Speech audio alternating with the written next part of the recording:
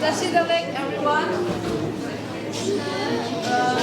So we are a group of nuns from Changchuk Cheli Nunnery, which is based in South India, Karnataka, Mungkot, and we are really honored to be part of this MiA, and we are really honored that we were able to create a mandala of Green Tara, which is for the benefit of the all beings.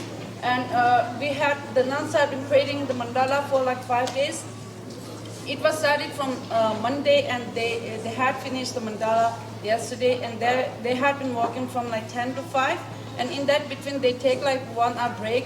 And so today what the nuns are going to do is they are going to consecrate the mandala, and on 21st what we are going to do is we are going to dismantle the mandala, which signifies the impermanence, the temporary, and then we are going to give some stamps to the people in a very small plastic bag so that people can keep it. And the rest of the stamps will go into the Mississippi River. So if you have time on 21st at 10 a.m., then you can join us here, and we will walk towards the Mississippi River and do the other rituals which is needed to be done. And thank you all for coming, and we really appreciate you all. Thank you.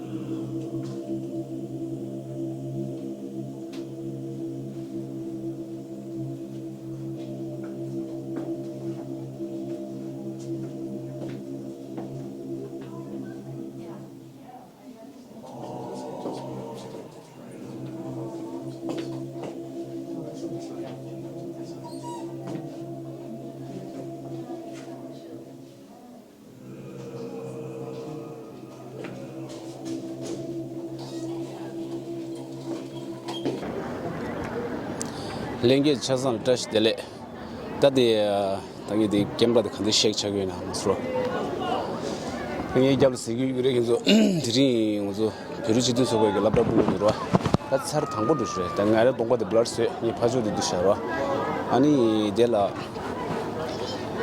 field trip shingi da dewa yumde dela dendyo kha jore museum da Ministry Institute of Art la jong del doere 아니 다데 혼자 tradi치 decision 바레샤 다 bus 리그레 아니 데라 미야기 다 집에 안저기 별지든 서바다 미야니 냠투기 돈인데 다 달린 뮤지엄디 템데 하디나라 조다 미야기 컬렉션 지와 코난기 코둑치 요기 베베기 나리기 최숑다 다가나시 탕가다 데엔다 디레라 서바들이 요에서 다디니 페겔레네 닌통 지갑로 안디네 두기두기 치고 다디니 파게야 파졸라도 콘조 직답션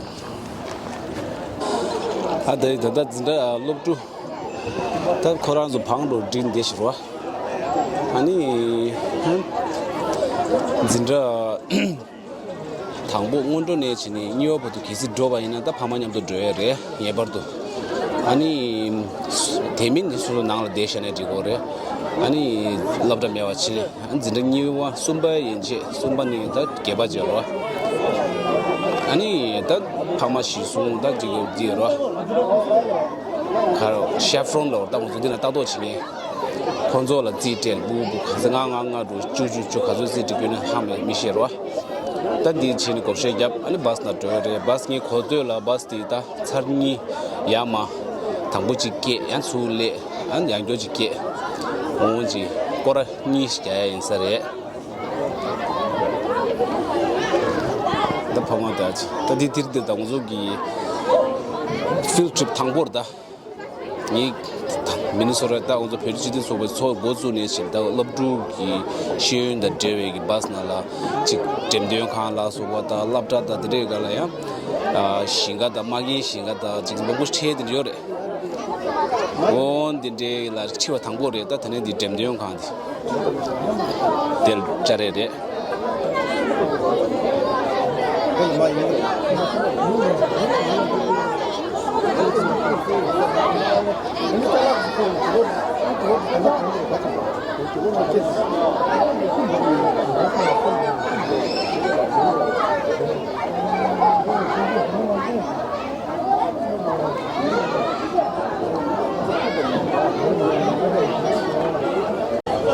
Tade lobda bus le so ne bus la phebe gi chichu lang ko ro di le so da phege bus ko ka ma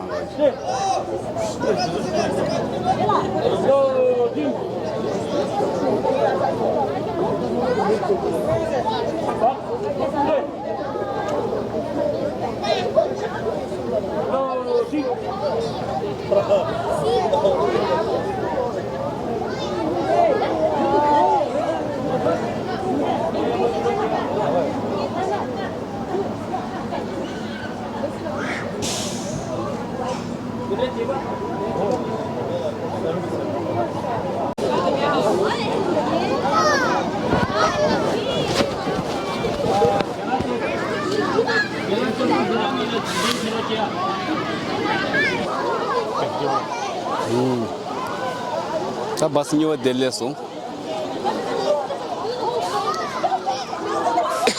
바스니와 델레스타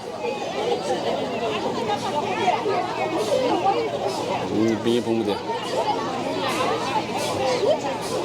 나우트 아 바스니도 바스니 마셔 말봐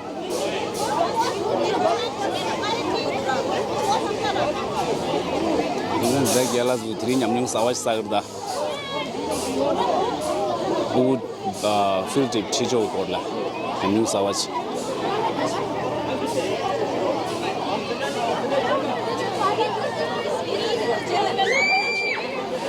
오 다도서 진짜 gem반조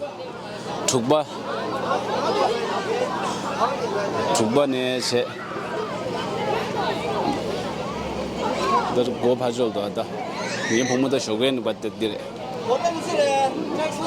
남다 말다 낭니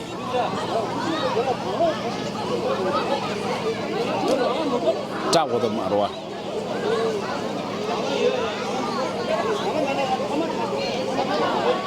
남바 문 딱도 되지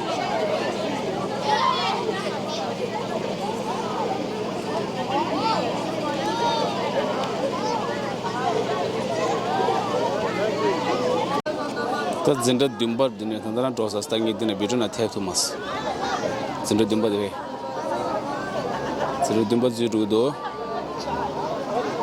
다 진짜 개발 하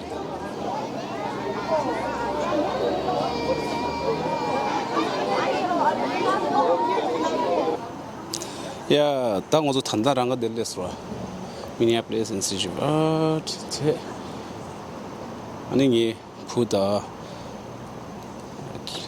tamdi nanglo jusra Good morning. You look so pretty.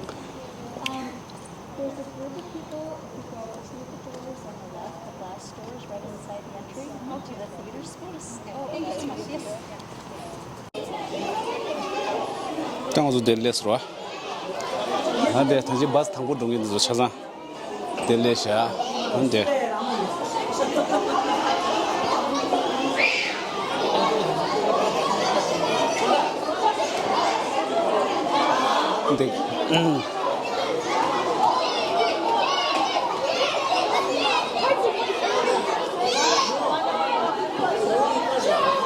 딱 무슨 도저요 나 도저 그래서 원래 거짓말 안 쳐. 30块1个. 로지야 봐. 你写了这个这个上面啥？ 7个月 어디 젤라체도 선물해야 돼. 마항 마서. auditorium now function together. 예시 토대 진발하기 까봐 방고의 차가네 니의 차가다겨. 디나모가 샵도 참여 예나 그냥 그게 5분 반염도 커뮤니케이트 지고가 챗냠도 내 맛이. 자, 진짜 초반에 개화사 야 샹네 내 라인 찍기로 시작하시면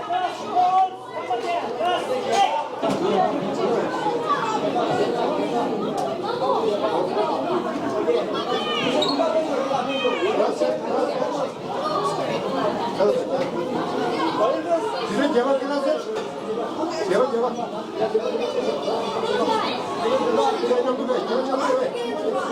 Ya kalau diğer şeyler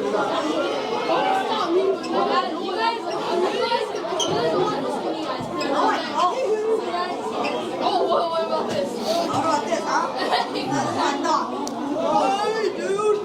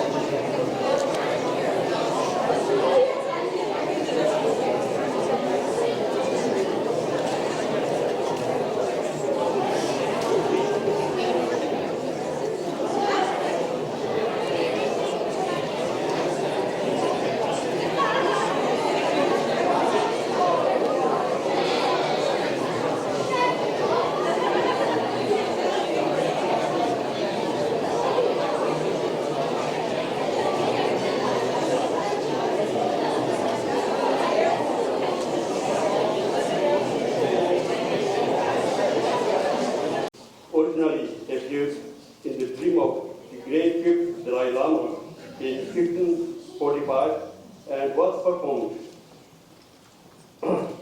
during the enthronement ceremony of fifth Dalai Lama.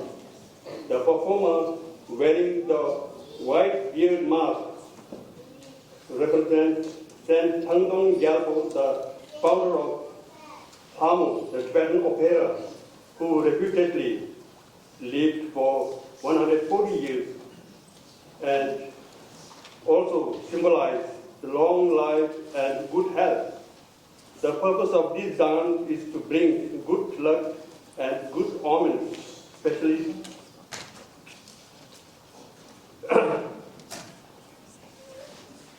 inauguration special ceremony such as construction of opening of a monastery or big official gathering like today.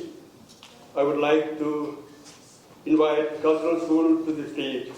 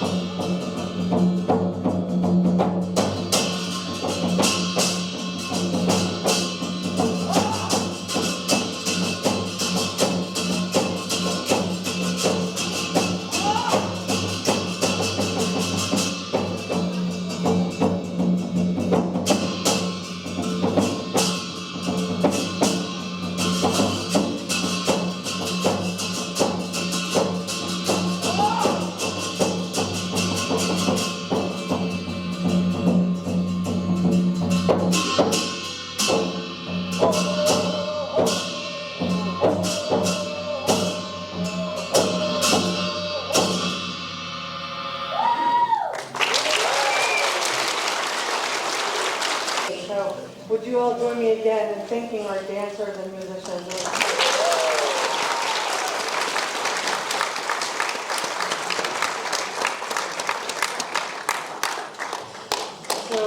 So welcome to MiA. My name is Katie Luber. I'm the Niven and Dr. McMillan President and Director of the Minneapolis Institute of Art. And a day like this,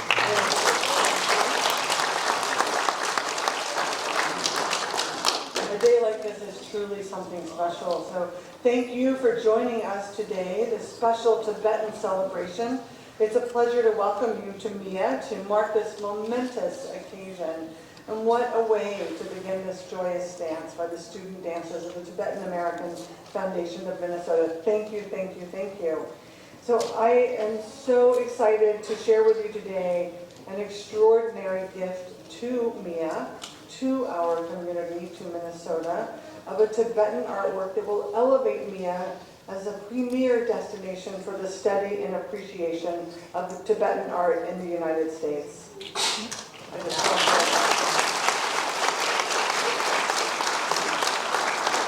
We are deeply grateful to Alice Kandell for this significant donation. She's here with us today. You'll hear from her.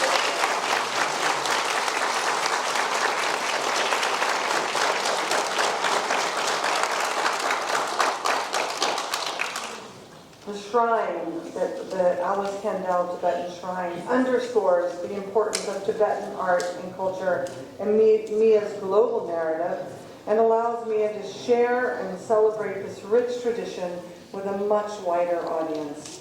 We are also grateful for the guidance and partnership of the Tibetan American Foundation of Minnesota supporting the installation. So I would be remiss today if I did not remind you that besides this day of celebration, of dancing and chanting and enjoying the beautiful riches of this incredible donation, there are a lot of other things to see at MiA, and I want to remind you all that MiA is free. One of our most important assets is the fact that you can come here anytime to see something that you just want to pop in and visit, whether it's a shrine, which I think all of us will be wanting to come and visit every single day. But you can also see other wonderful exhibitions, our permanent collection, and a few special things we have right now include a photography exhibition called Aftershocks by Joanne Verberg. We have a show in the cargo gallery right off the General Mills lobby called Opala Oming, the art and legacy of Jody Falwell. That opened today as well. This exhibition highlights the work of Jody Falwell, a contemporary potter from the Santa Clara Pueblo. The Opala Oming means, in her language, I came here, I got here, I'm still going, which is in a way a wonderful example of what we're talking about today in this Tibetan celebration. This fall, we'll also open an exhibition about Henri de Toulouse-Lautrec at the Moulin Rouge with a wonderful loan from the Art Institute of Chicago that I urge you to see.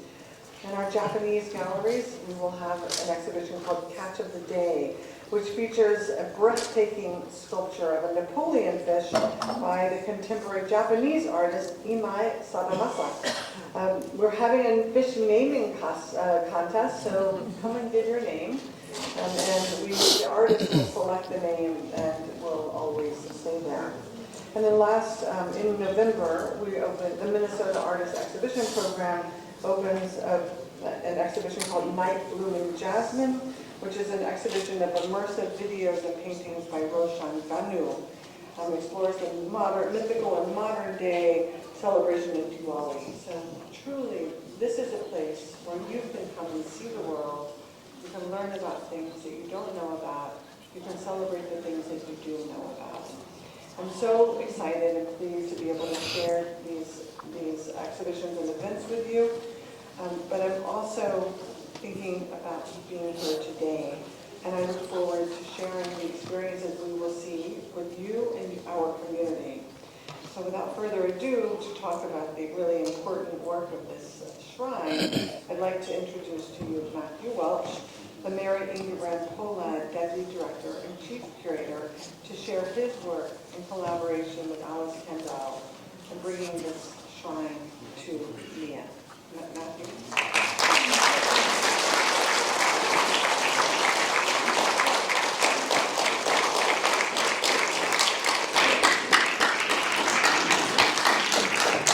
Thank you all for being here today. You know, as I think about this incredible moment in our history, I'm reminded of the fact that museum curators like to think that the treasures that we have in our galleries are all because of them, but I'm here to tell you the vast majority of our collections come to us through incredible generosity of private collectors. And as I think through our history, the first major gift of Asian art to this institution occurred in 1914, 1 year before we opened the building. This is how excited Minnesota is about Asian art in general. That was followed by gifts by Alfred Pillsbury of some 350 archaic Chinese bronzes and jades.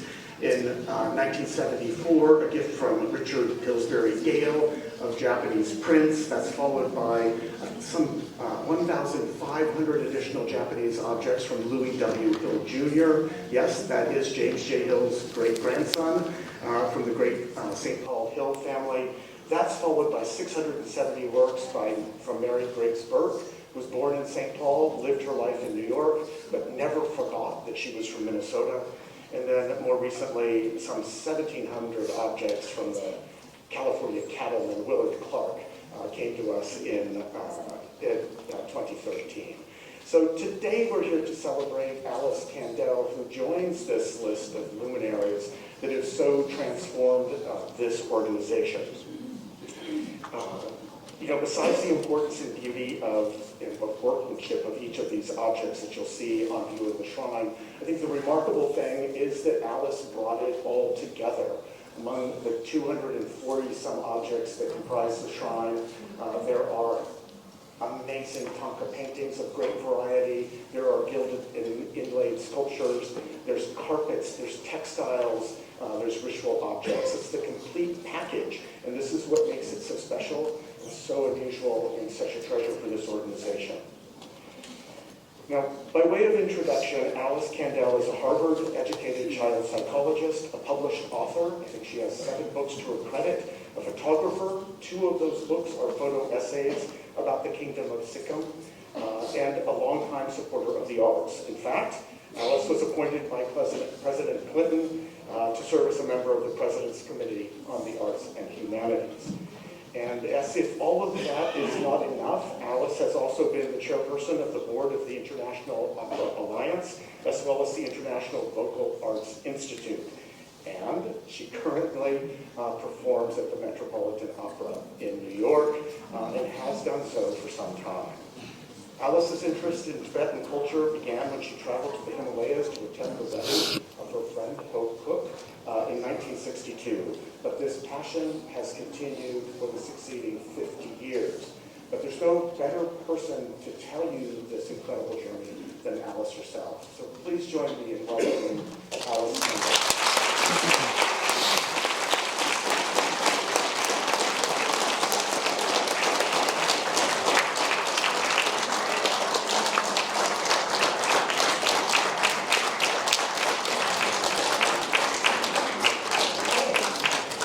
Thank you, Matthew. Thank you very much. Oh, welcome, all of you. Wow. I once heard a politician say, before I begin to speak, I have something to say. Well, I would like to say that working at the Minneapolis Museum has been an absolute pleasure. Katie Luber is the director. She's been absolutely wonderful. And Matthew, what can I say? He's brilliant. He's artistic. He's creative. He's kind. And he worked with us to put this whole thing together. And it wasn't easy. 250 pieces, 240 pieces, you can imagine. So thank you, Katie, and thank you, Matthew. It was wonderful. When we get to the top, we get the top. Okay, so why collect Tibetan art? And the answer is, I don't know. But I can only tell you why I collected Tibetan art. Okay, when I was in college, we were going on a trip to Russia with professor. And one of the girls on the trip came to me and said, would you like to go to Tibet after we finish with the trip? And I said, sure, I would love to go. However, there was a war going on with China, which was so tragic. And my parents said no. However, she went. And she never got in, of course, because it was a war with China, but she got stopped at the Windermere Hotel in Darjeeling on the border of Tibet. And while she was there, she met the Crown Prince, a widower, whose wife had died, and he was the Crown Prince of Sikkim, S-I-K-K-I-M. It was a little country on the border of Tibet, very Tibetan. Many centuries ago, it probably had been part of Tibet, but it was a very Tibetan culture. And to make a long story short, they fell in love, and they got married. So that was wonderful. And sometime later, the late king died, and her husband became the king, as Crown princes do, and she became the queen. And I got an invitation to the coronation, which was this great, big, beautiful printed up. But I couldn't go because I was in graduate school at the time. And I wanted to go so badly, so I screwed up all my courage. I mean, it's not done at Harvard. They don't like you to do this. And I said, no, I need a leave of absence. And to my surprise, the professor said, when fantasy becomes reality, a member of the Harvard psychology department should be there to witness it. So I got to go. And I got to go to Sikkim, which was a very Buddhist country. And when I got there, I was overwhelmed by the beauty of the air, the lamas, the mountains of the Himalayas. They're high. I mean, it's the third highest mountain in the world is in Sikkim. It's with the snow blowing off the top of it. It's beautiful. And it was the religion, the people were so lovely. They're very Tibetan. And above all, the art was just magnificent. And I fell in love with the country, the culture, everything about it. And I went back many times, but nothing was available to take with you because it's used. This is not art. These are objects of devotion and should not be confused with art. They're artistic, but and they're beautiful, but it's not art. It's used, and they wouldn't part with any of it because they used it. So eventually, when I got back to New York, some of the refugees from Tibet, sadly, were coming and bringing their own personal things with them and other things. And sadly, they had to part with them. And I was there, and I took them, and I promised that I would keep it. I wouldn't put it in the art market, which I never did. Never sold anything. I have given pieces that I really began buying at auction, but I never kept any of those pieces because I never trusted where they were from. And I gave those to their house. So I started collecting, and it was all the house. And one day, it came to me that I'm taking to Brooklyn. That's a photo of New York. And I said, I don't want to go to Brooklyn, I'm not going. And he said, just get in the car. And I went to Brooklyn. And there was an ordinary little apartment of somebody by the name of Phil Quarto. He's a Russian Orthodox deacon. And I went into the bedroom, and there was a Tibetan shrine, small, but it was his room, it was his bedroom. There was a TV there, but it was a Tibetan shrine. I suddenly felt so happy and so comfortable. I mean, I can't even explain it. And of course, it was his, it wasn't for me. But eventually, he agreed to let me have some of the pieces, and then more and more, and we started a small room. I loved the pieces. I thought they were beautiful, and I had them all over the house. And I realized that they belonged together in a room, and in the shrine where we had been in a home in Tibet. everybody in Tibet had a shrine. It might just be one statue, one painting, but there was always something. And then wealthier families had many pieces over many centuries, which is what this is, over many centuries. And so I put them together in my dining room, if you can. And so it grew and grew and grew. And each piece is very beautiful. And each piece, if you look in the back of the sculpture, there's inscriptions, and you look at the beautiful fingers and the beautiful, everything is sculpted beautifully. But if you put it together, it's different, and you will see. So it finally grew and grew and got to be too big. And I realized that it doesn't belong to me. Art doesn't belong to anybody. It belongs to the world. It belongs to the Tibetan people whose shrines it was. And I made it into a shrine. There are 5 things that make a shrine. Well, no, 3 would be, the 3 elements are a book, a complete prayer book, an image, a statue, or an image of a Buddhist figure, and a children. And then the 5 senses should be represented. Light, which are the butter lamps, the flickering butter lamps, and you'll see them flickering. Taste, water, there has to be water in there. Incense, the smell. Touch, the self. Good afternoon, everyone.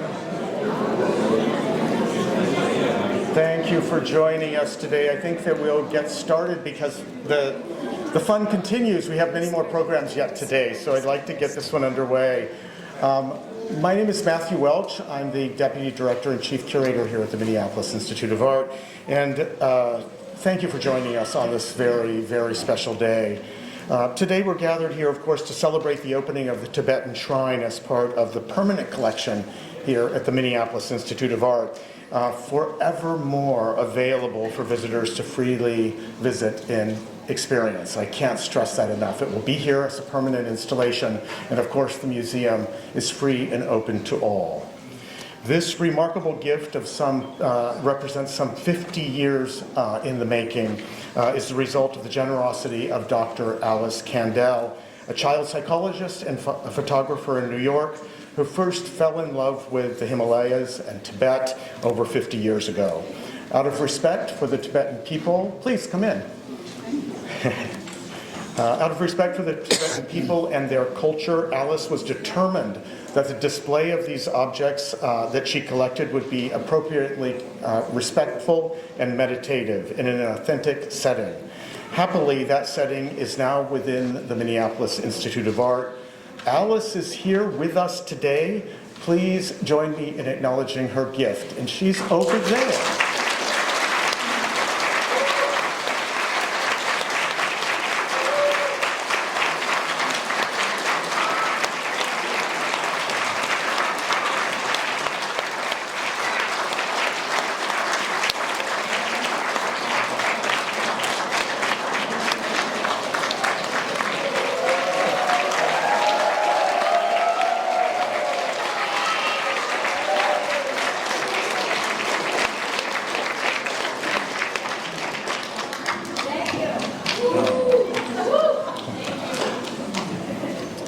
Thank you for that. Today's festivities and the upcoming lecture are just part, I just wanted to remind you, are just part of a series of events focused on Tibetan arts and culture. Please be sure to check the museum's website because we'll be populating it for events coming up through the next 12 months. So please check in with us. Thank you. In arranging this programming, we owe a huge debt to the execution of these events to our partners in the Tibetan community, especially the Tibetan America Foundation of Minnesota. They have worked with us tirelessly for the last 12 months in choreographing not only today, but for the upcoming events. And today we have TAFM's president, Tenzing Lama, with us. Please join me in acknowledging her.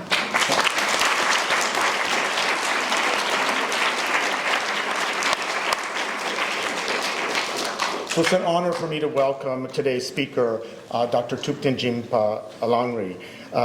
Dr. Jinpa received his early education and training as a monk in the Dzongkhar Chode Monastery in South India, and later joined the Kandell Monastic University, also in South India, where he received the Geshe Langram degree. This, I had to look it up myself. For those of you who don't know, it's the highest scholastic title in Tibetan Buddhist tradition to be awarded to scholar monks who have successfully completed the entire monastic curriculum and examinations in Buddhist philosophy. He also holds a BA with honors in Western philosophy and a PhD in religious studies, both from Cambridge University in the United Kingdom. Since 1985, he has been the principal translator for His Holiness the Dalai Lama and has traveled extensively, of course, in that capacity. He has translated and edited more than a dozen books by His Holiness.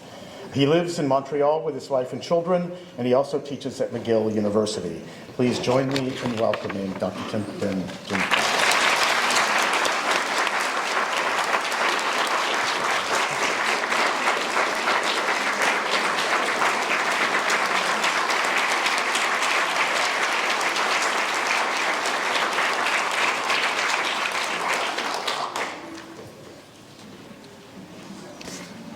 Good afternoon and greetings and Tashidelek. It's both a real joy and honor to be part of this formal opening of the room here at MiA.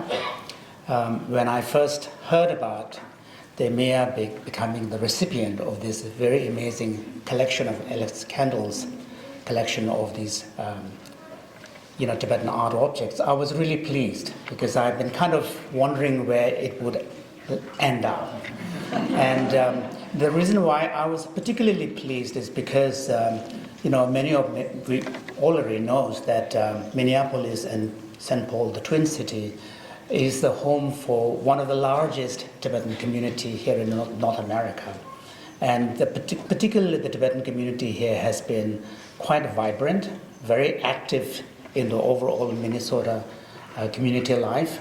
And also they have been at the forefront of innovating and introducing ways in which the Tibetan community in diaspora can continue to preserve, and transmit our culture, language, and traditions to the younger generation.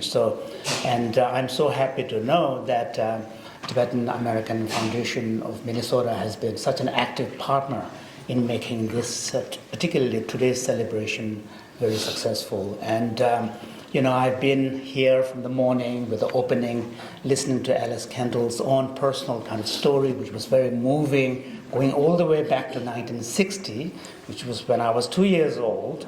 So it was just very moving to see the kind of the personal. I've heard a bit about Dr. Kandell's story, but it was very meaningful to be able to hear these from her own words. And clearly, I can see in her expression of joy, there's a deep sense of joy to having seen this collection now gifted to this amazing institution here. It's almost like, I'm a father of 2 young daughters, so it's almost like, someone who is sort of letting go of their prized, possession and finding a home.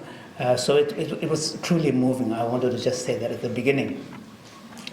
And my role here is to speak mostly about the importance of the Tibetan Shrine Room and its use, particularly in the way in which Tibetans kind of engage with these kind of experiences in sacred space.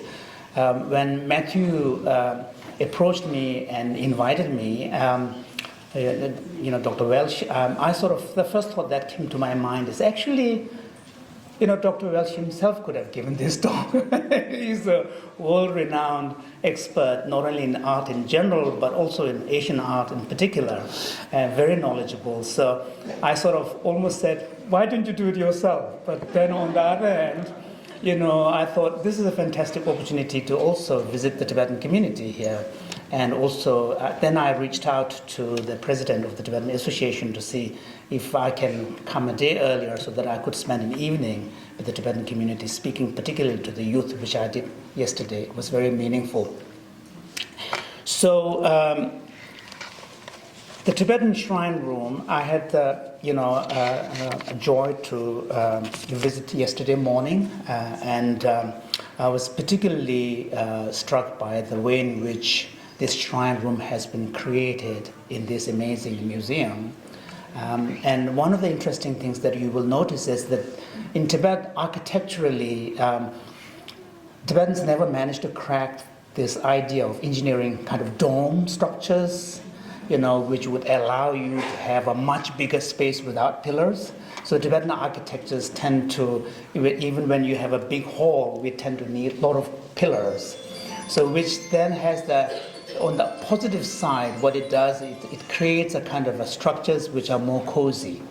So this sense of coziness is a very important part of Tibetan shrine, and that was the first thing I noticed when I visited. You have really recreated that. So those who have not yet visited, I really strongly urge you to go and experience this.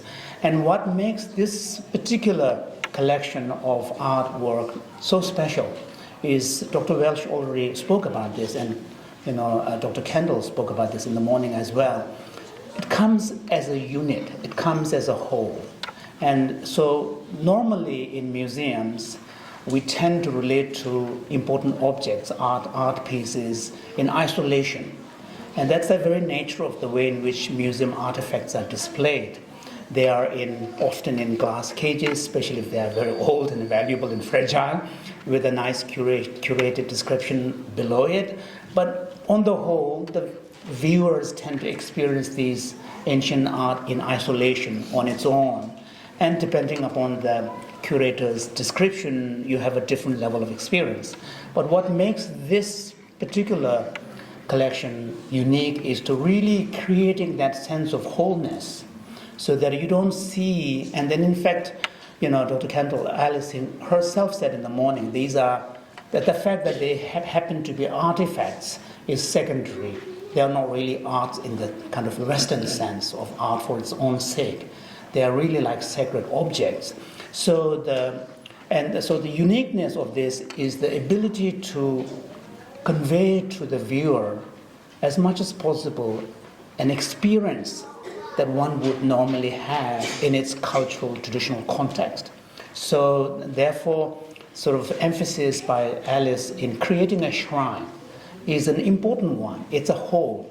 And when you walk into this shrine room, you will feel that energy. There's a kind of a wholeness. And one of the amazing things that you will notice about Tibetan art is actually Tibetan art is not afraid of using vibrant colors. So you can see, the gilded, bronzes themselves may not have colors, but you will also see on the face, actually it's gold painted, eyes are all kind of, we actually call it shelche cheba, which means to open up the face. So you have a sculptor that is commissioned to create an art, and then the sculptor, delivers the art, and then there's a whole process that happens. Actually, the sculpture itself is hollow, and then it has to be filled. So in the middle of the sculpture, for example, like this Buddha, in the middle of the Buddha, there is actually a sandalwood kind of, a piece which forms the life of that structure. And around it are rolls and rolls of mantras, sacred mantras that are rolled up and filled in. And then when someone has some resources, they might also acquire some important relics and put them in there. And it's sealed also with sandalwood pieces and many other, in Tibet, the dried juniper leaves are considered to be very kind of fragrant and important. So then it's filled up, and then the statue is then consecrated. Now, before the consecration takes place, you will invite an artist to actually now open up the face. This is what's called shelche, by painting the face with a real gold, and then sort of painting the eyes, and then the lips. And once that is done, the statue comes to life. And then you invite monastic members to really chant the consecration prayer. And the consecration prayer involves inviting wisdom beings to inhabit this art piece. Art piece is actually a symbol. It's a representation. And the representation is now enlivened. That's in one way we could use it. And after that, then it's no longer treated as a piece of art. It's treated as a living representation of an enlightened kind of quality.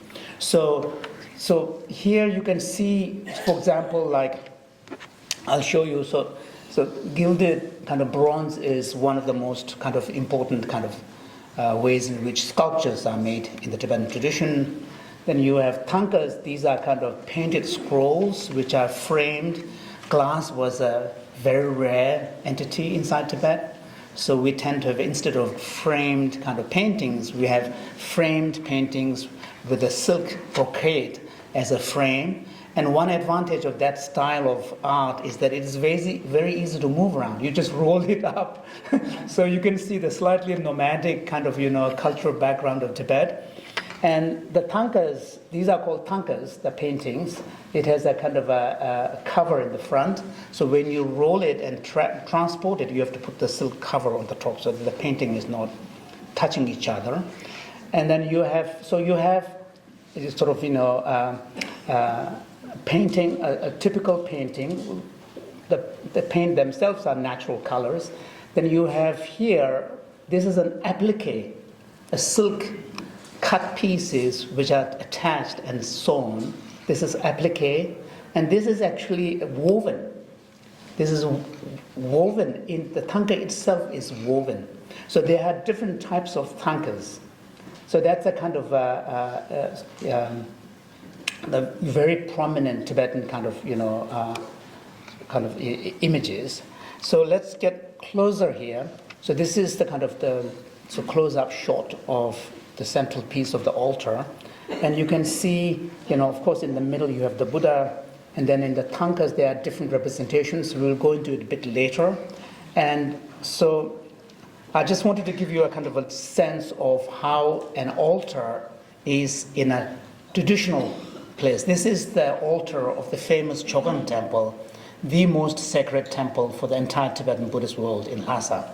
So this is the famous Cho in the middle, and you can, this morning Alice talked about the flickering butter lamps. Those are massive butter lamps, and the devotees would, pay a visit to the temple and actually top up the butter lamp by pouring a little additional butter on it, melted butter.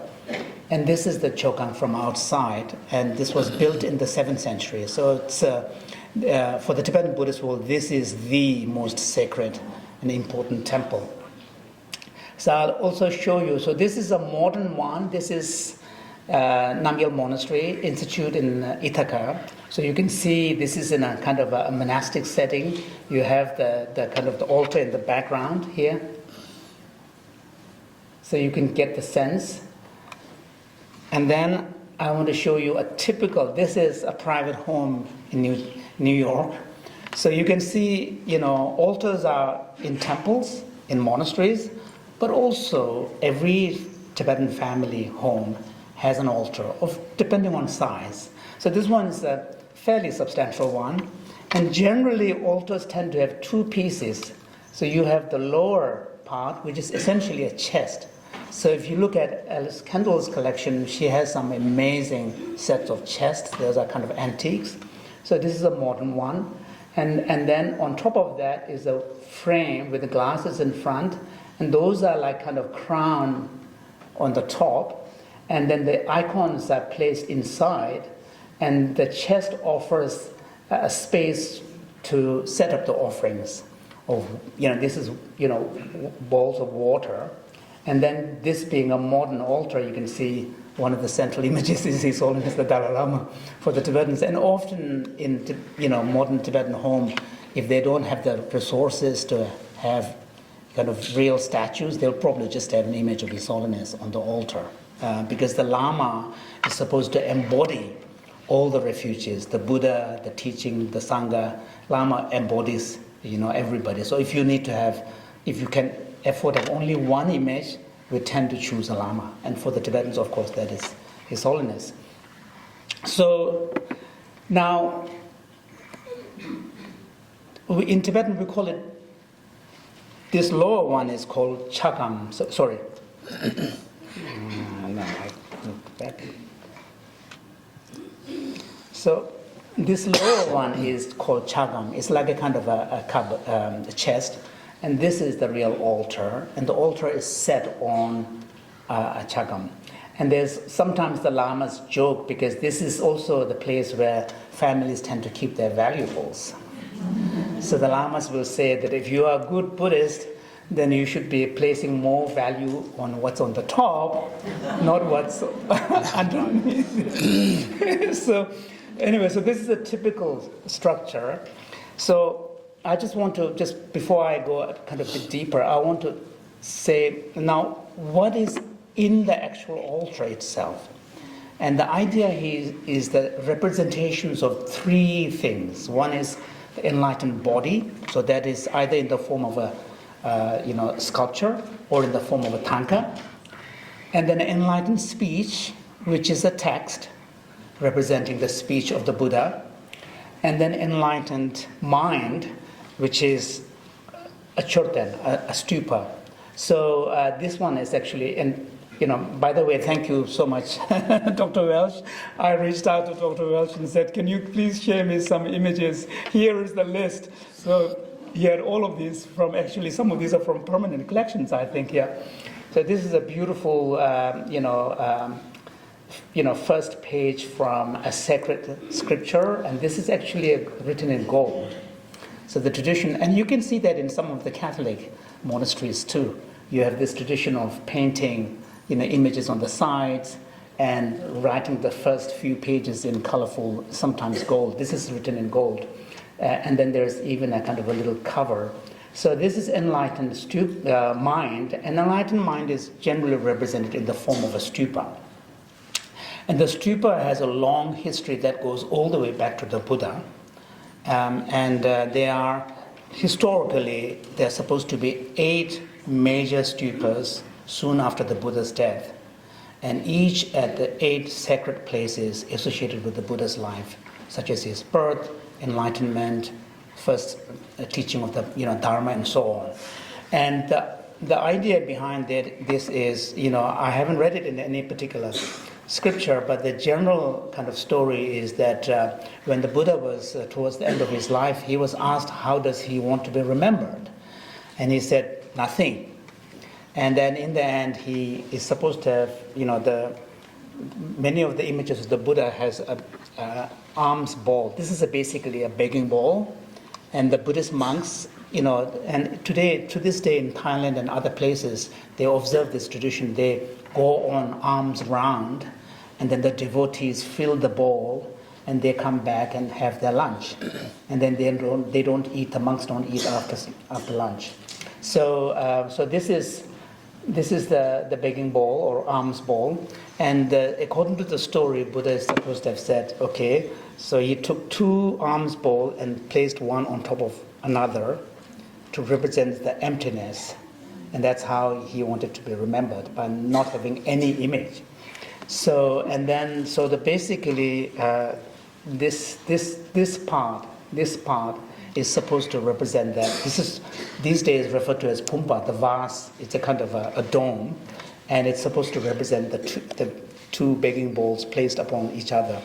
But the story, which has a more factual basis, is that when the Buddha passed away, there was a kind of a potential for a dispute among his powerful followers on what to do with the relics of the Buddha after he was cremated. And then someone is supposed to mediate it, and then the relics were divided into 8 parts, each being contained in a particular stupa.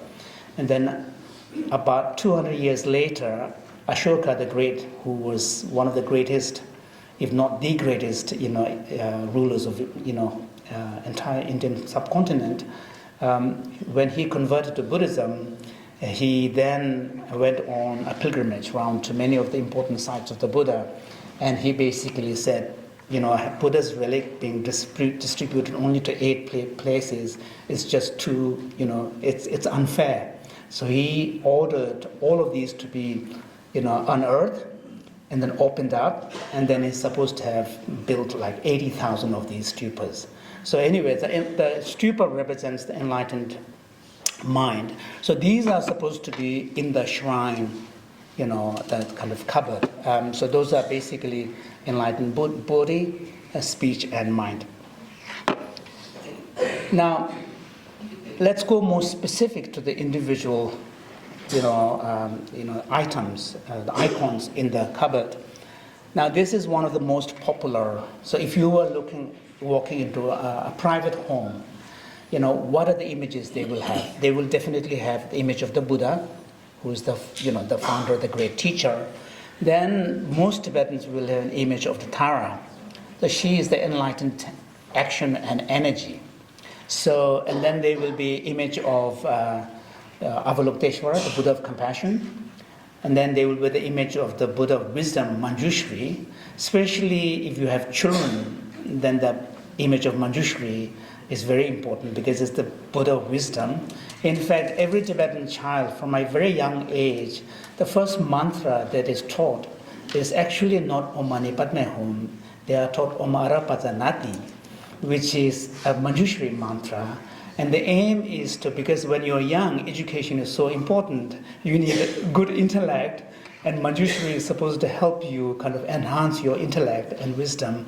So Om Arapazanati is taught. And then Omara Bhajanadi, then also at the end when you repeat it, then you are supposed to go Omara Bhajanadi, Omara Bhajanadi, and it's supposed to help you with the tongue twisting so that you can pronounce very difficult words as well. So I don't know, you might notice that among, one of the advantages of this for Tibetan children is that Tibetans tend to be quite adapted to pronouncing many different kind of difficult pronunciations. So we tend to, for example, like it's much easier among Asians, for Tibetans to be able to master the English nuances and the pronunciations quite well, because this Marapadanadi, this repetition is encouraged at a very young age. And then, so essentially what you have is the Buddha, the source of the Dharma teaching. You have Avalokiteshvara, the Buddha of compassion. For Tibetans, it's particularly important because there is a mythology of Tibet being a special domain that has connection with Avalokiteshvara. And in fact, Avalokiteshvara's mythology says that he made a pledge, particularly to pay attention to the needs of the Tibetan plateau people. And then, and because of that, there is a kind of a long belief in the Tibetan tradition of key figures in the history have some association with Avalokiteshvara. For example, particularly the Dalai Lama lineage, His Holiness is seen as Avalokiteshvara in person. So of course compassion is a key value, but more importantly for the Tibetans, that special mythological connection with the Avalokiteshvara. Hence, that special emotional connection the Tibetan people have with His Holiness, the Dalai Lama, which goes beyond this person. It's to a whole idea of the Dalai Lama institution, going all the way back to the 14th, 15th century.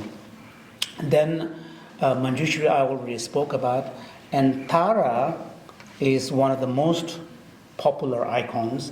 And in fact, Tara and Avalokiteshvara, two images are often displayed together, and they tend to go together. Because Tara is seen as the embodiment of enlightened action and energy. So because compassion, Avalokiteshvara is compassion, but in the end, in order to make a real difference on the ground, that compassion has to be expressed in action. So the Tara is the action, and for particularly the lay people, Tara is also connected with protection. And so Tara is kind of a Jinpa Gyegyop. Tara is a protector from many different adversities. So Tara mantra is something that Tibetans would chant regularly. So these are, of course, just an image of a collection of texts that are originally kind of in Tibet. Many of the texts were handwritten, but printing came fairly early. but it's not a movable printing. It was a wood-carved printing blocks, but that can also produce multiple copies at the same time. So that came fairly early and became well established by 15th century, early 15th century. So this is some important, so like on the left here is the famous Sanchi stupa. So you can see the shapes of the stupas are slightly different. The one in the middle is the very famous, Yangtze Pekul Chede, Kumbum in Shigaze area, Yangtze area, and then the other one is the one that you have here. Now, like in any major spiritual traditions, there's going to be a difference in the way in which devotees relate to these icons. Now, for lay practitioners, they tend to relate, once these statues are consecrated, they tend to relate to the statues as themselves as direct objects of worship. Now, the monastic practitioners and the more advanced meditators will have a different relationship with these icons. They take the whole notion of representation seriously. There's a famous metaphor in one of the Buddhist texts which says that when someone is pointing to you, pointing to the moon, you should not be looking at the tip of the finger, but you should be looking at what it is pointing at. So for the practitioners, the serious practitioners, advanced practitioners, and for the monastics, it's not so much these objects themselves are sacred, but what the objects represent and what they point to. So the relationship with these icons will be different depending on, how advanced, if I can use that word, you are in your practice, and how well educated you are in your kind of Buddhist training. And so that the use of these, images are different. But in any case, even in a typical lay practitioner will know that if you are worshipping Buddha of compassion, you're worshipping compassion. Now, if you're worshipping Tara, you're worshipping enlightened action. When you're worshipping, Manjushri, you're worshipping wisdom. And for very advanced practitioners, ultimately, these not only become representations, but in fact, when you say for the typical Buddhist, going for refuge in the three jewels is an act of stating your kind of commitment to the Buddha. I go for refuge to the Buddha, to the Dharma, to the Sangha. It is said that for advanced practitioners, ultimately what you are honoring and worshipping and celebrating is actually the sort of enlightened state of your own mind. So in Buddhism, it gets a bit more complicated, partly because Buddhism is a non-theistic tradition, which means salvation or enlightenment is kind of an inside job. So there's a kind of no grace coming from outside. You can appeal to higher beings to support you, but ultimately salvation and enlightenment is an internal transformation. And that internal transformation is not really seen as a new quality that comes to you, but rather a seed that is in you is cultivated and perfected. So all of us have the qualities, seed of great compassion. All of us have seeds for, enlightened wisdom, enlightened action. So this idea is underpinned by this notion of Buddha nature, this perfectibility of human nature. And so ultimately, when you say, I go for refuge to the Buddha, you are actually evoking that enlightened state of your own being.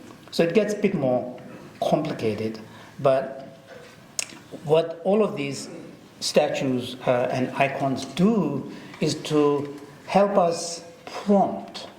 And that's one of the important insights coming from contemporary psychology, because these days there's a lot of self-cultivation, self-improvement kind of practices widely available in the form of mindfulness, emotion regulation, emotional awareness, increasingly loving kindness and compassion are being taught.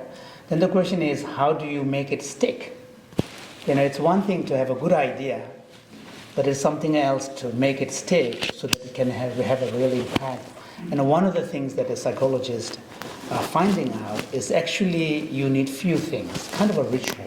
This is where I think even secular people can learn from important insights that the great religious traditions have, found.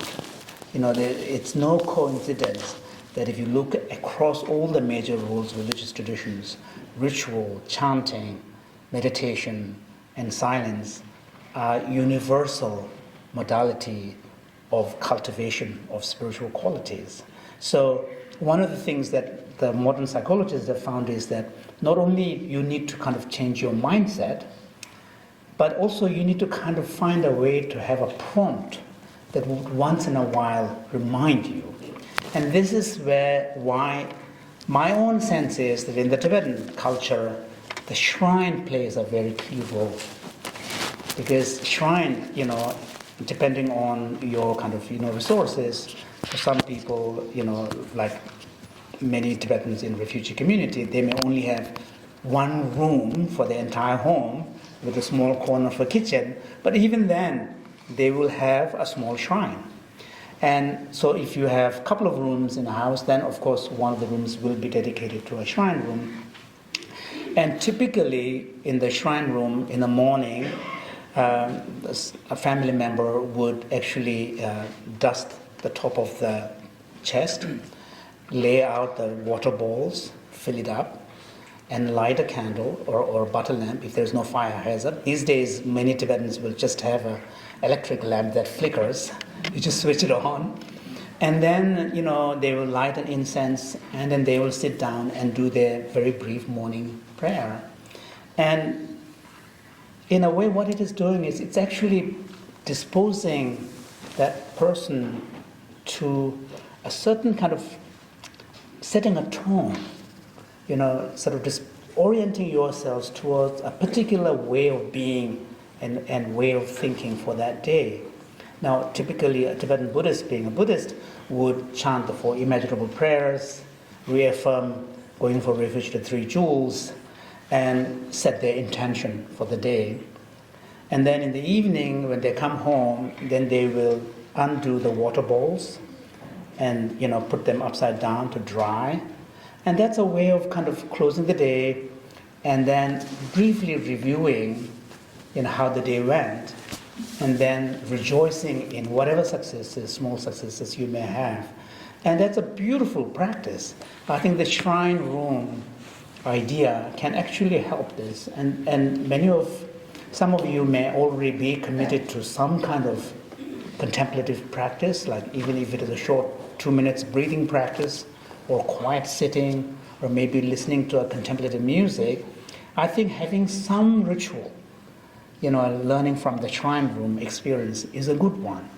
And if, even if you can't set aside a room, if you can have a quiet corner in a room somewhere, associate that kind of experience with a cushion, and then maybe have a small table on which you can put images that speaks to you, or maybe even have, kind of the key words framed like compassion or loving kindness or mindfulness or awareness, and then, try this out. I would suggest that you start with 2 to 5 minutes a day at the beginning, because you want to end it on a high note. That's crucial, because you want to be returning to that place. You don't want to see it as a kind of a chore. Okay, I got to do it because I want to change. That kind of gritting your teeth approach is not going to work. You have to somehow, and here I think in Buddhism there is a kind of a idea that at the beginning, practitioner needs to seek as much help as possible from the ambience of the environment. Later when you get more advanced, it doesn't really matter. Someone who is capable of full concentration can be totally absorbed even in the very crowded place, like in a train station in Delhi or something. So, but at the beginning, we need all the help. A silent place, a quiet time. So I think the shrine room experience can really, this is something, so even though in its traditional context, it has a very strong spiritual and religious connotation. But my strong suggestion is to take insights and lessons from this. So yesterday, after having visited, I actually suggested to the key members of the museum to see if, once the whole celebration is over, if they can allow some possibility of people sitting quietly in the shrine room for a minute or two, whether it's a bench or whether it's a cushion, or I think it would be really good. Because the thing is, those kind of things, it's very difficult to verbally articulate. But if you experience it, you have that taste. And when you have that taste of serenity, you want to recreate it. And that one thing that we have to remember is when you first experience that serenity, always remember that that was created by you. Yes, with the help of an ambiance, but that came from inside you, from within, which means you have that capacity to recreate. And I think this shrine room, regardless of whether one is a Buddhist or not, or religious or not religious, I think can be a source of a lot of benefits, especially with respect to creating a sense of peace and having some taste of what it feels like to have a, internal serenity. I think that the shrine room can really, really do it. So that would be one suggestion I have. And also, from the Tibetan tradition, the intention setting idea that Tibetans kind of express in the form of relationship with the shrine in the morning and the evening, I think again is something that can be easily adapted by anyone. So in the morning, as and of course I raised 2 girls with my wife, so I know in the morning, especially when the children were small, there's a lot of rush trying to get everything, give them breakfast, wake them up, but even then, it's not that difficult to find 2 minutes, while the kids are having breakfast or something. Just having a kind of a routine where you set yourself so that you are approaching the day in a conscious way. When you are approaching the day in a conscious way, then you have the ability to bring all the values that you hold dear to make an impact in your everyday interaction and engagement with the world. But if you're not conscious, even with all the best intentions and best values, you are not going to be able to bring effectively because you're just going to react. So I think this intention setting in the morning that is very crucial, core to the Tibetan religious experience, spiritual experience, is something that everybody can adopt. And then at the end, just finding a quiet time, 2 minutes, just quickly reviewing, but not scorekeeping, that's a bad idea, but just quickly reviewing and then just celebrating, because you have to end the day on a high note with the joy. And one of the insights from Buddhist psychology is that even though you may be able to will yourself to motivate to do something, initiate something, but to sustain that motivation, you need to find joy somewhere in the middle, somewhere in the process. Without joy, sustaining motivation becomes a real challenge. So those things, I think, we can learn from the typical Tibetan relationship with the shrine, the morning and the evening. Now, before I close, I want to say a few words about it. And it's a kind of in the form of a tree, and on the different layers of a huge lotus are different levels of beings. And then the central focus is, of course, the Buddha Shakyamuni, the historical Buddha. And then on the 2 sides are lineage masters, historical masters, who have played a key role in the kind of development of the teachings around compassion and kind of altruism on the one side, and wisdom and insight on the other. So those are, kind of coming from the Buddha, but certain aspects of his teachings were emphasized by different great masters, and they all tend to be Indians, because the Tibetan tradition sees itself as a continuation of the Indian tradition. That's why we refer to this as Indo-Tibetan tradition. And then the ones on the top are more kind of related to kind of deeper tantric Vajrayana practices of sadhanas, and so these are kind of primarily in the form of inspiration and blessing. And you can see there's a tiny monk there Yeah, he's the one who's, all of this is supposed to be coming out of his imagination. He's doing meditation. He's visualizing this whole thing. And there is a text that spells it out in a step-by-step. We chant, so there's a whole text we chant. And the chanting, describes the unfolding of the various layers of, actually starts from the tree and the lotus, and then the Buddha sitting on the top, and then all the others coming after it. So this is, and he's kind of making an offering to this entire field. And field of merit is, in relation to which you create merits. That's that kind of idea. So that's a very devotional form of practice. Essentially it's kind of a guru yoga type practice. It's a devotional practice. And for the Buddha, the image of the Buddha is often used by meditators who are cultivating single-pointedness of the mind. The idea is that in order to really kind of apply your mind effectively, you need to cultivate some degree of stability, because the undisciplined mind is just too restless. It just moves all the time. Mind is one of those nebulous things that you can't just quite capture. We all know what it is, but we don't quite know what it is at the same time. So it's the kind of an idea is that if you don't have some ability or stability of your mind, then your mind will keep hopping from one thing to another all the time without ever giving you the time to go deeply. And to cultivate that single pointedness of the mind, which is referred to as shamatha, meditators will often use the image of the Buddha, because this is very familiar to the Buddhists. And so that's one kind of typical use. So this is cultivation of shamatha. That's kind of more devotional invoking of the inspirations of. So even when you are engaging in a practice of compassion, it's not done in isolation, because in the Tibetan context, we are not doing it in a secular way. I helped develop a secular protocol on cultivation of compassion. We can't use that kind of approach because it's devotional. But in the traditional Tibetan context, even before compassion meditation, we will go through that kind of invoking the blessings and inspirations of the great masters of the past, so that you don't see the compassion meditation in its own isolation. So there's a kind of a power. And then another form of art is the mandala. This is a three-dimensional. This is not three-dimensional. This is kind of two-dimensional, but you have to, when you meditate and visualize it, it's a three-dimensional structure. The ones here,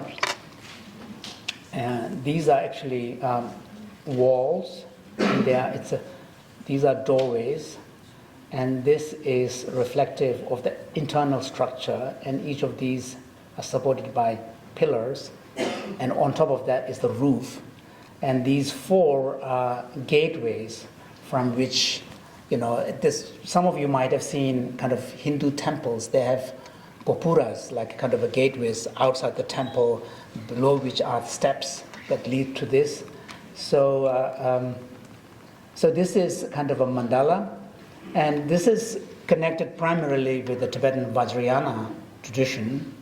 And so for the advanced meditators, most Tibetan monks will have a commitment to do a daily sadhana practice of whatever deity they choose. And a part of that sadhana practice is the visualization. Again, this is not seen as something outside you. This is really seen as an idealization of your own mind. In fact, typical sadhana practice starts with dissolution of your current identity and entire being into emptiness. And from within emptiness, then you arise through a successive series of visualization, from initial kind of just a light to a letter, then into a kind of a full form of deity inside a mandala. So essentially what you're doing is you are imagining your enlightened state. So it's a kind of a very interesting meditation, but it's an advanced one. And mandala is really used as a kind of and then of course they have deep symbolisms. You can see the colors. There are 5 primary colors: white, yellow, red, green, and blue. And they are sort of associated with the 5 elements, the blue being the space, with the 4 elements. And then these are also associated with, in Vajrayana tradition, there's a lot of emphasis on transforming the energy of the emotions.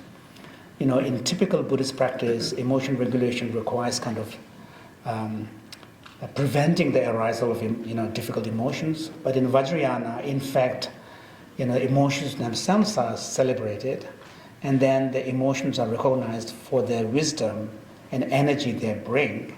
And there's a whole set of practice that involve transforming the emotions into enlightened energy. So it's a different kind of, again, the use of art is simply a kind of a prop, like from which you then, it serves as a springboard, you know, by viewing it, and then you jump off, and then go through the sadhana practice.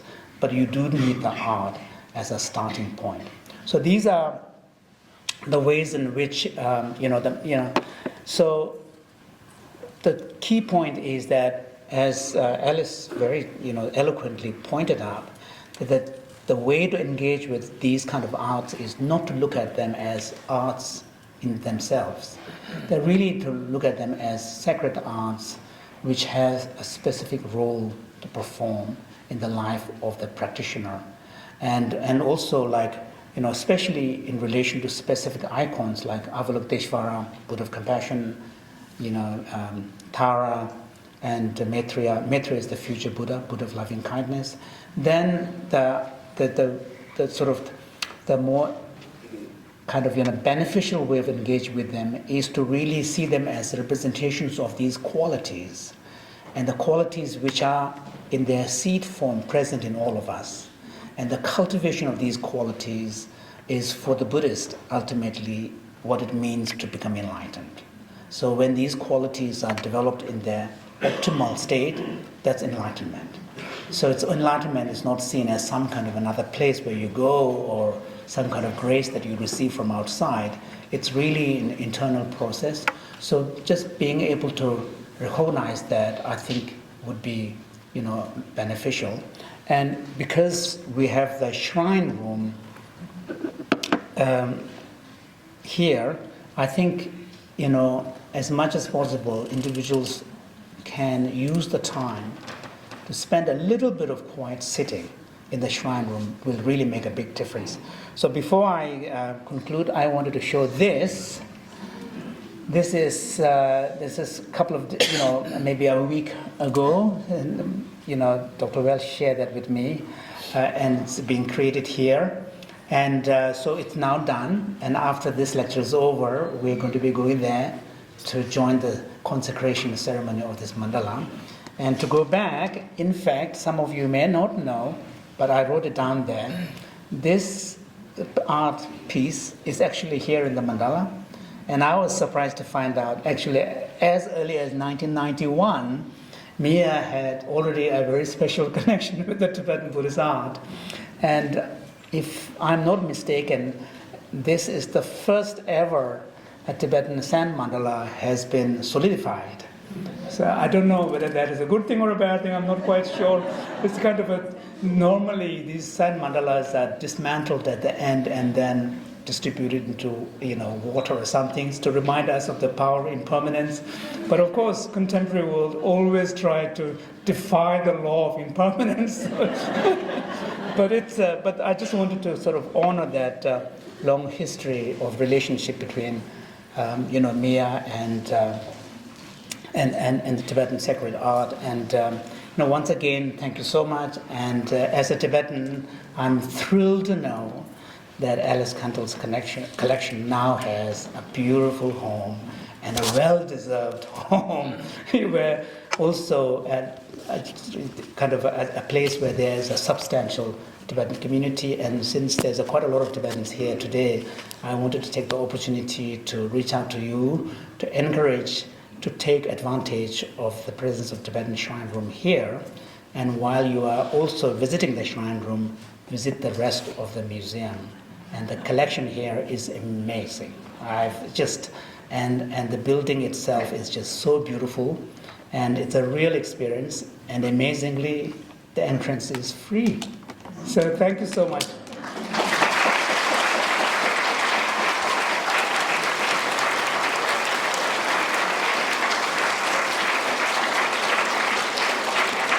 you have some questions?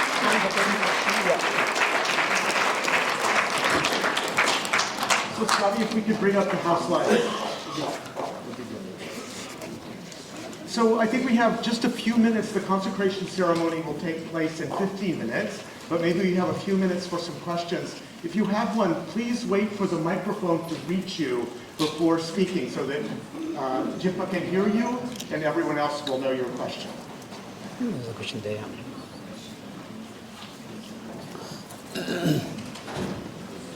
President Dr. Jinpa, and thank you, Dr. Kandell, for such a magnificent inspiration. I have a question like, if you can throw some light about the Mind and Life Institution and where the neuroscientists and neurobiologists and Buddhist scholars have been like researching in this field of the consciousness. I see like MiA and Dr. Matthew Reichert going inside the MiA scanning. So where are we today? Thank you. Well, I mean, I think that's a kind of a longer story. And essentially, the kind of the history of engagement between Buddhism and science is a fairly long one. And His Holiness, the Dalai Lama, has been instrumental for initiating this. And I've had the privilege to be part of his many years of dialogue, originally with individual scientists and two investigative traditions that have a long history of taking serious interest in how the mind works.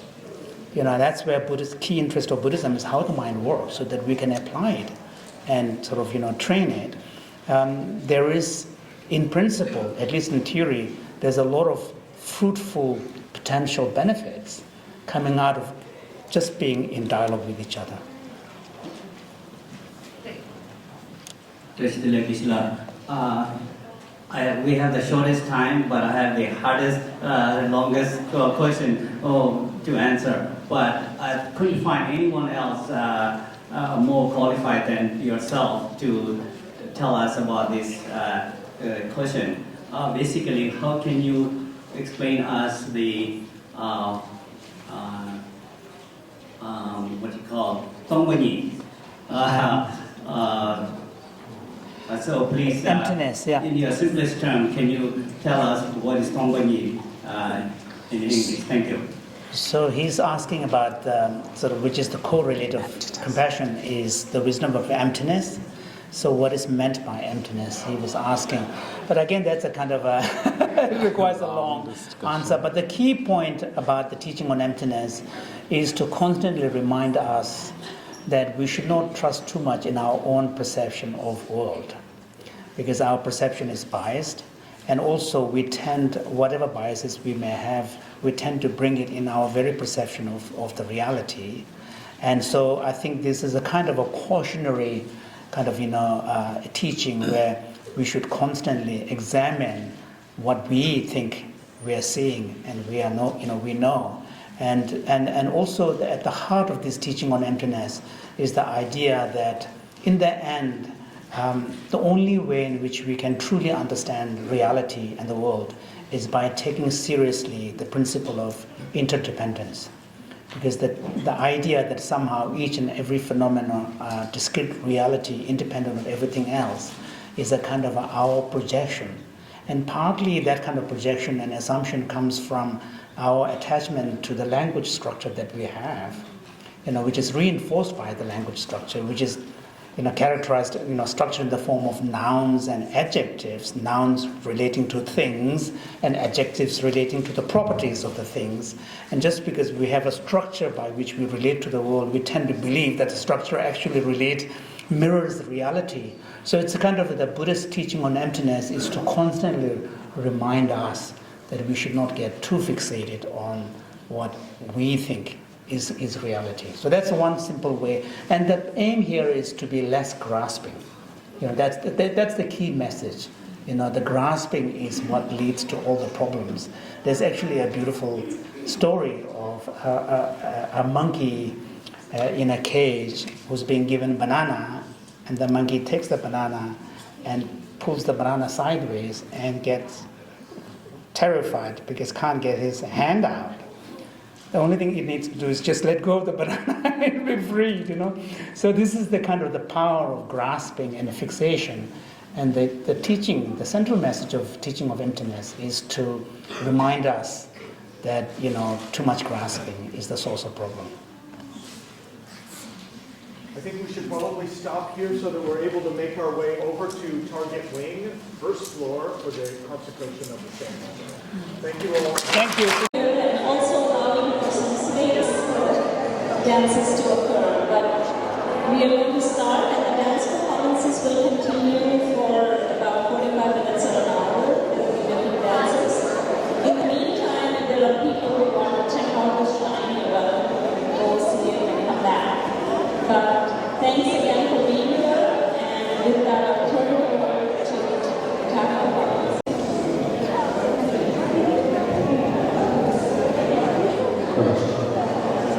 Thank you, everyone. Wow, what a beautiful morning. And the smiles of everyone, such a beautiful and so much energy. And that made me a little nervous too. Anyway, we're going to start off with Tibetan opera, and I want to tell you a brief introduction about the Tibetan opera. Aja Mongala will do a Tibetan opera, we'll sing Tibetan opera. About Tibetan opera known as Hama in Tibetan is the traditional art form combining elements of dance, music, and storytelling.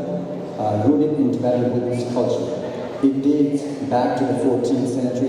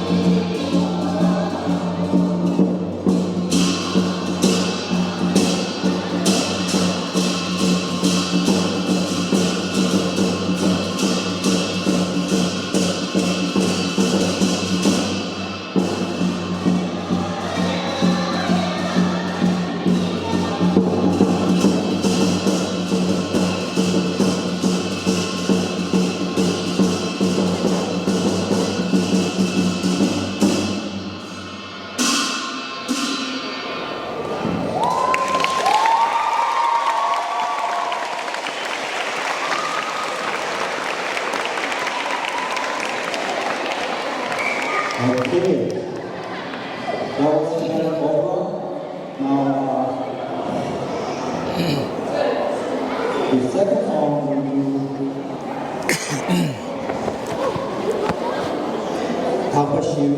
which is Tibetan classical music.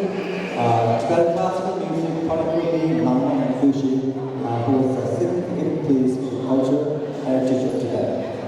These two styles are often performed together and are deeply rooted in the role of ancient.